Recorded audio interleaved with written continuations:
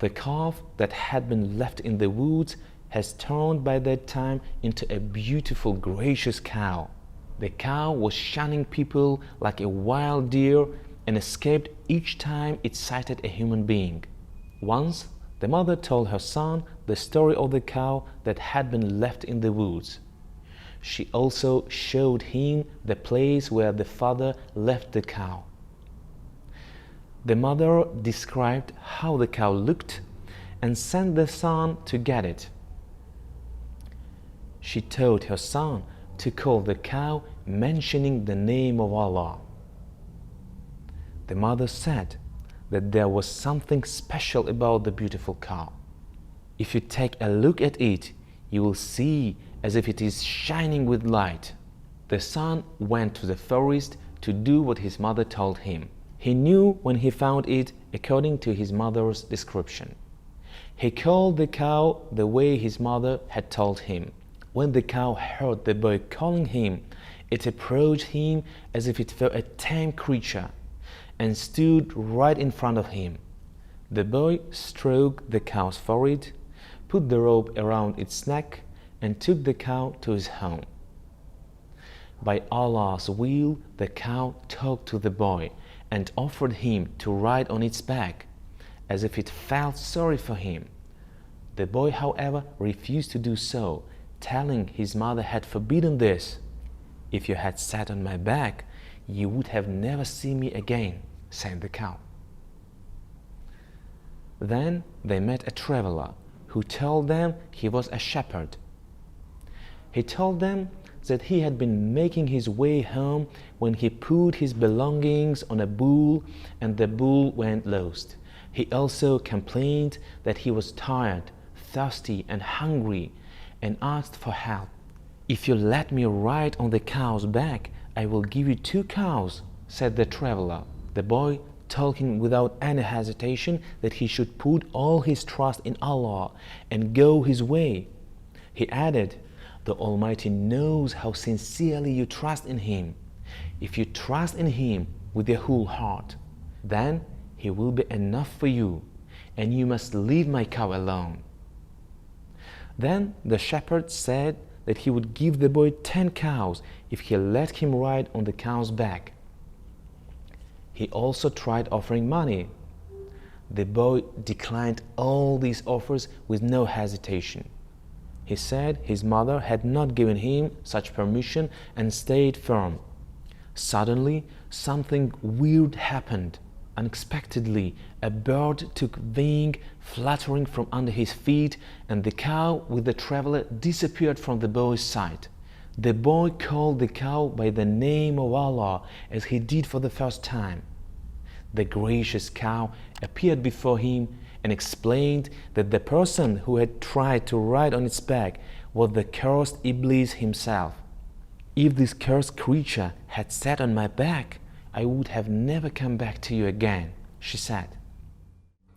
"The Iblis was holding me by the rope, but when you called me by the name of the God of the Prophet Abraham, peace be upon him, an angel took the rope away from the Iblis.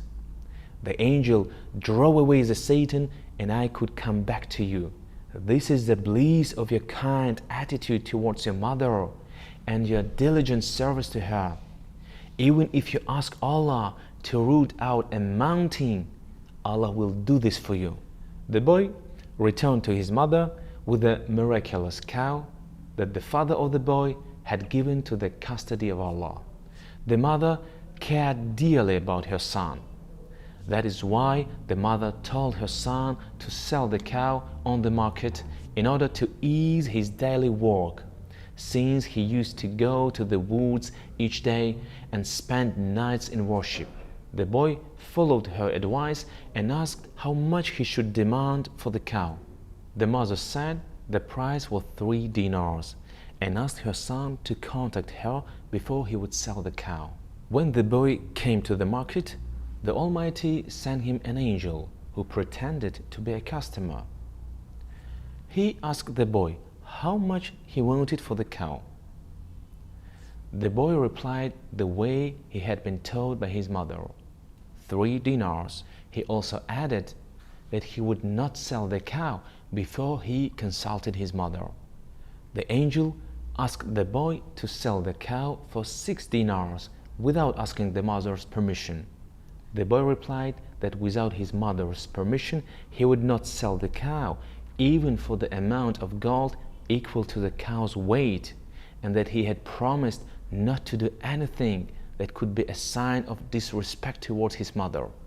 He returned home to tell his mother about what happened, and she allowed him to sell the cow for 6 dinars.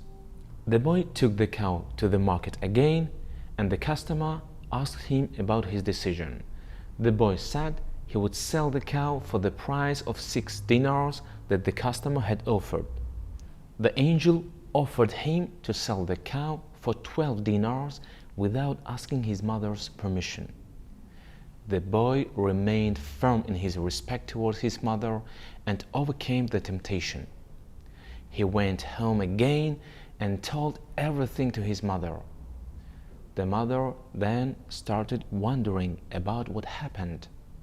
She came to the conclusion that there was a secret behind all that and understood who the customer was. She told her son that the customer was an angel sent by Allah in order to tempt him, and ordered him to ask the angel if they had to sell the cow at all.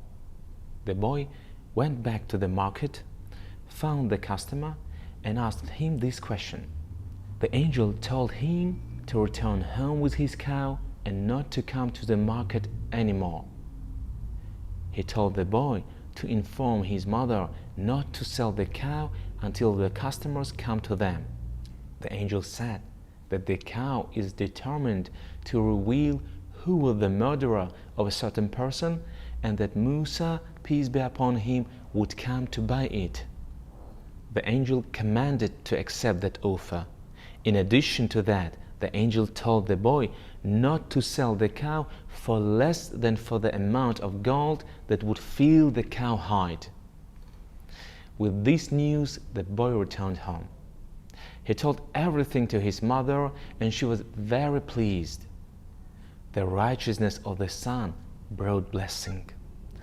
By that time, the Israelites became all distressed, searching for the cow, matching the description mentioned by Allah, and finally they found the cow with the boy who was known for his good attitude towards his mother. They sold the cow for the amount of gold enough to fill the cow hide, and the house of the poor boy became full with blessing. Another story goes that the cow was sold for the amount of gold 10 times exceeding the weight of the cow. Then the cow was slaughtered as it had been demanded by Allah and commanded by Musa, peace be upon him. The Almighty commanded that the victim should be touched by a part of the cow's body. They did so, and the dead man spoke, "I was killed by the person named so and so." When the dead man pronounced his murderer's name, he became silent again. The scholars are of different opinions regarding the body part of the cow that made the dead man speak. Some say it was the tailbone, others it was the tongue. The Holy Quran contains numerous stories that happened thousands of years ago. The same story is sometimes narrated in several different ways, but it does not impair the meaning of the Quran. The story about the cow is mentioned in the Quran in the Surah al-Baqarah, the cow. When pondering over the miracles of Allah, one is caught in admiration. The mysteries of the world cannot be fully disclosed by anybody but God. Hadn't there been another way to find out who the murderer was? Was the only way to do that to make a dead man speak? Could a slaughtered cow make a dead man alive by itself? No, dear brothers in Islam, the Creator of heaven and earth was the real cause for that, and it happened solely according to His will.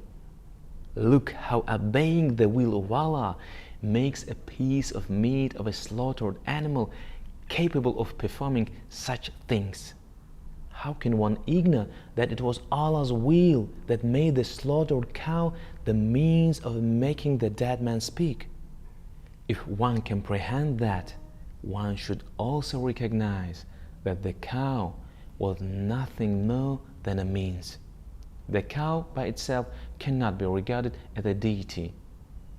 Those who worship Allah should know Him and not confuse the means with Him who causes it to come into being. To comprehend this simple truth, one does not have to possess great wisdom and knowledge. Taken from the book The Story of the Prophets by Shaykh Said Afandi al-Chirkawi.